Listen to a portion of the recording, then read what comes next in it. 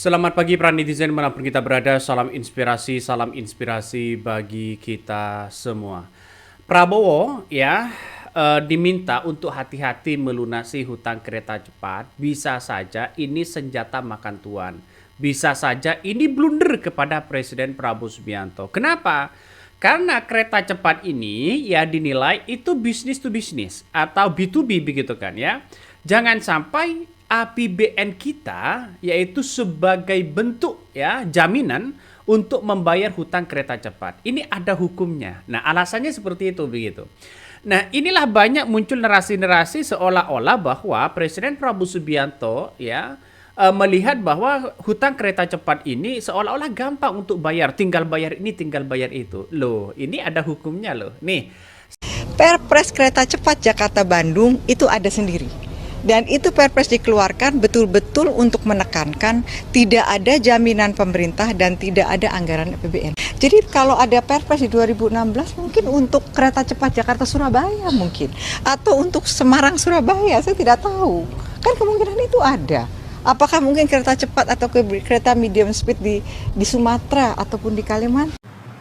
Adapun Perpres nomor 3 tahun 2016 tentang percepatan pelaksanaan proyek strategis nasional disebutkan bahwa negara dapat menjamin proyek strategis nasional. salah satu pengamat juga mengatakan seperti itu begitu. Ini menjadi menjadi bom waktu begitu kan ya. Kalau toh ini dipertahankan, kalau Presiden Prabowo Subianto tetap ngotot bagaimana APBN ini ya, hutang kereta cepat ini menggunakan APBN ini, maka kemudian ini bisa saja senjata makan tuan kabarnya. Bisa saja blunder kepada Presiden Prabowo Subianto. Iya, sekarang aman di posisinya sebagai seorang presiden, tapi nanti setelah ya tidak menjabat lagi, pergantian presiden lagi, hati-hati betul, Pak. Pelabuhan, bandara, untuk apa kita bangun kereta api cepat? Untuk apa kita bangun jalan raya? Untuk apa kita bangun waduk? Kalau negara ini tidak utuh, tidak aman, tidak terlindung. Kemudian nggak usah khawatir apa itu ribut-ribut wush. Saya sudah pelajari masalahnya. Tidak ada masalah. Saya tanggung jawab nanti wush itu semuanya. Karena melihat apa yang kemudian disampaikan oleh Pak Luhut begitu bahwa hutang kereta cepat ini sejak awal ini sudah busuk. Ini hati-hati betul. Jangan lalu kemudian saya yang akan bertanggung jawab. Ini warisan di era Jokowi. Bagaimana di era Jokowi begitu kan? Ini kan bisnis to bisnis antara Cina ya dengan Indonesia. Seharusnya menurut saya pribadi begitu kan ya. Ini lebih baik ya Danantara sebagai jaminan. Karena apa? Karena menaungi BUMN-BUMN yang ada. Karena mereka bisnis to bisnis begitu. Kalau hutang kereta cepat ini dibebankan kepada APBN, menggunakan APBN, maka jelas di situ begitu kan. Masyarakat pasti tidak terima. Jangan sampai ini blunder, Pak. Bahkan ya kalau bayar hutang kereta cepat menggunakan APBN, Prabowo beresiko terjerat ya tindak pidana korupsi. Wih, kok bisa Bang ya? Kok bisa ini terjerat pidana korupsi begitu. Nah, kabarnya begitu kan ya bahwa ada yang menilai bahwa pemerintah semestinya tidak gegabah ini mengambil keputusan sebelum melakukan kajian-kajian hukum mendalam. Seperti Pak Jonan sudah datang begitu kan, sudah dipanggil begitu, karena ini akan beresiko hukum. Alasannya kenapa terjerat tindak pidana korupsi karena punya resiko hukum. Hati-hati rezim ya, kalau sudah berganti nanti bisa dijerat dengan tindak pidana korupsi. Oleh karena itu kabarnya ini harus berhati-hati pemerintah, jangan sembrono. Jangan sembarangan begitu, kata pengamat. Nah, saya kira benar juga begitu kan. Kenapa? Karena kita lihat saja bahwa di negara kita begitu kan ya, soal hutang kereta cepat ini, kalau toh pada hakikatnya B2B, ya silakan selesaikan dengan B2B. Dan antara per tahun itu kalau nggak salah hampir 80 triliun begitu kan. Cukuplah untuk membayar hutang kereta cepat. Tapi kenapa? Nampaknya Presiden Prabowo Subianto ya di depan publik membela, saya tidak takut Jokowi, saya tidak takut Jokowi, hidup Jokowi. Ya hati-hati betul Pak ya. Bapak karena mungkin sekarang berkuasa. ini bukan mengulik-ngulik begitu kan ya presiden-presiden sebelumnya, tidak, tapi bagaimana transparansi kepada publik, wajar dong begitu.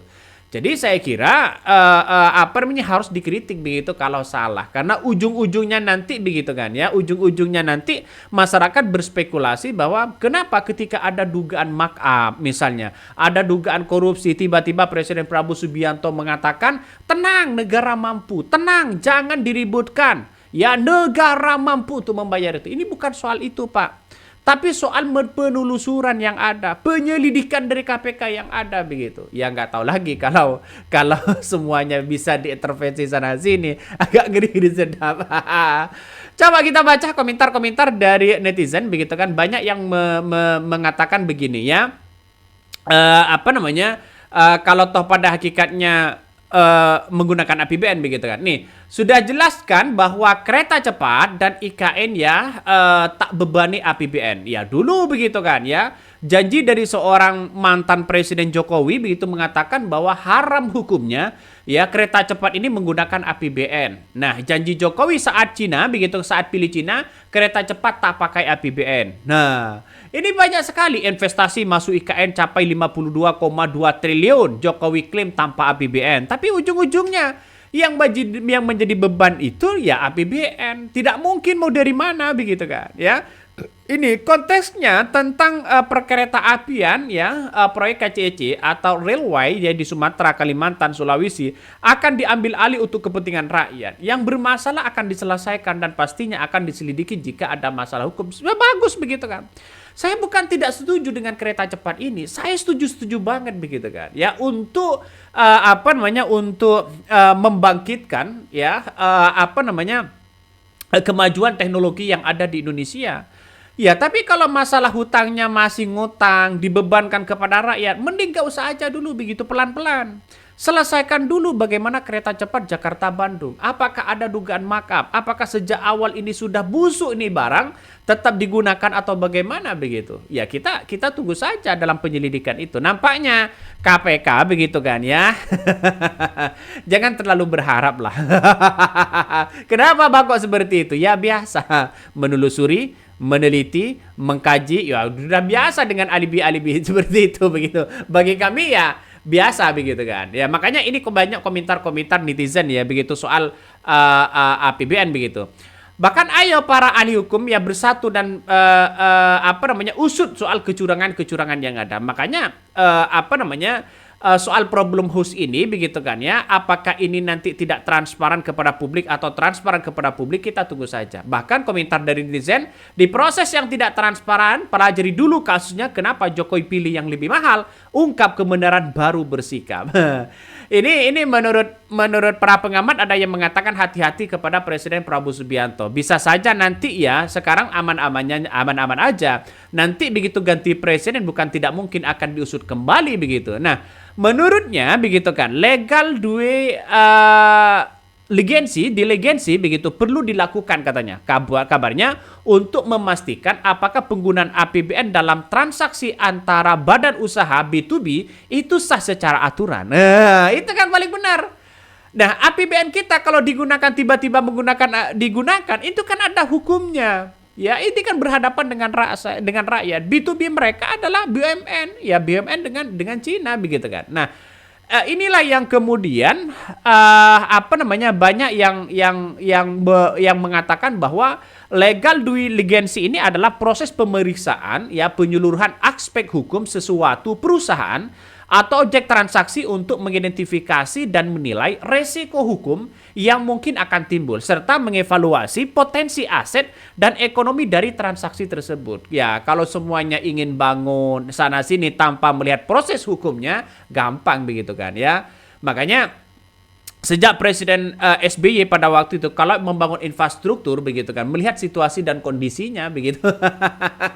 Bukan hanya membangun sana sini, bangun sana sini. Ya karena memang ya seorang Jokowi ya saya mengakui betul bahwa dia bangun infrastruktur semuanya dibangun tapi pada akhirnya meninggalkan hutang. ya, tapi pada akhirnya begitu kan ya, rugi begitu. Walaupun secara alasan mengatakan ini adalah demi pelayanan rakyat dan pelayanan sosial, ya saya kira kurang pas juga begitu. Kenapa mengatakan seperti ini?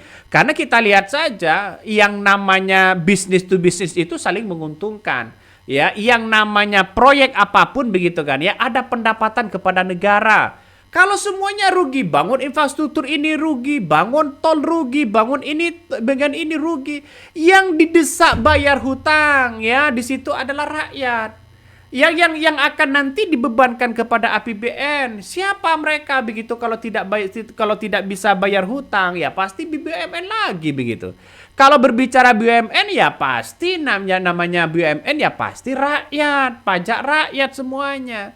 Jadi saya kira Danantara ini sebagai bentuk begitu kan ya, untuk menyelesaikan WUS ini, saya kira ini sangat tepat sekali begitu. Nggak usahlah kepada APBN. Ya kalau pasti terpaksa, saya yakin ini akan menjadi gejolak besar, Pak.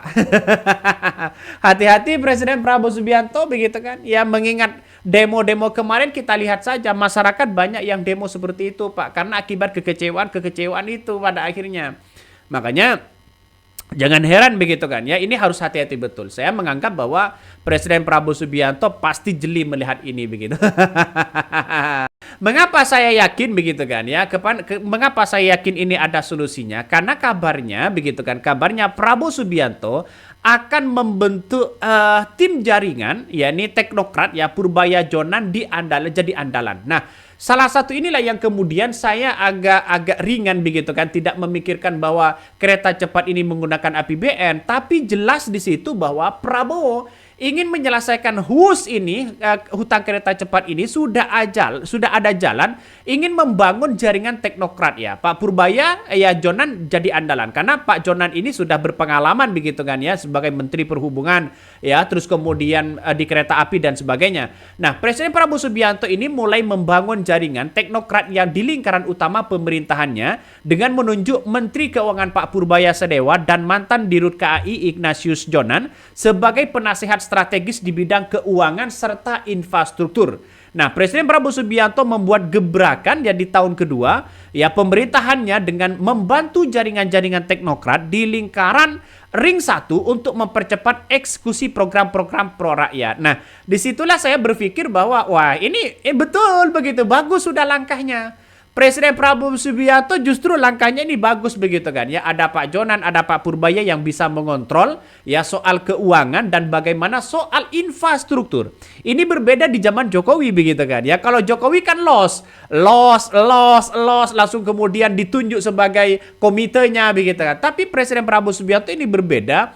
Ya ingin membangun jaringan teknokrat yang kemudian tugasnya adalah mengevaluasi bagaimana caranya ya infrastruktur yang punya hutang besar yang tidak dibebankan kepada APBN diselesaikan di situ ya melalui Pak Purbaya. Pak Purbaya ini kan Menteri Keuangan juga begitu kan ya. Maka salah satunya nanti ya saya tidak tahu betul ya karena yang tahu itu pasti ya Pak Jonan bagaimana begitu kan. Nah, Presiden Prabowo Subianto ini membuat gebrakan baru ya, dua figur utama yang kini menjadi kepercayaan yakni Menteri Pak Purbaya dan Pak Jonan begitu kan ya, dengan Pak Jonan nah berperan sebagai tangan kanan Presiden Prabowo Subianto urusan keuangan negara dan penanganan kebocoran anggaran. Nah, sementara itu Jonan juga menjadi ya tumpuan Prabowo untuk merapikan sektor infrastruktur dan transportasi. Pada akhirnya kalau kita ditarik kesimpulannya, ya ini menjadi beban kepada Presiden Prabowo Subianto. Warisan-warisan dari Jokowi begitu menjadi beban yang sangat luar biasa. Kenapa Presiden Prabowo Subianto masih mengatakan tenang? Saya tidak takut kepada Jokowi. Ini menandakan ada sesuatu hal yang genting, bos.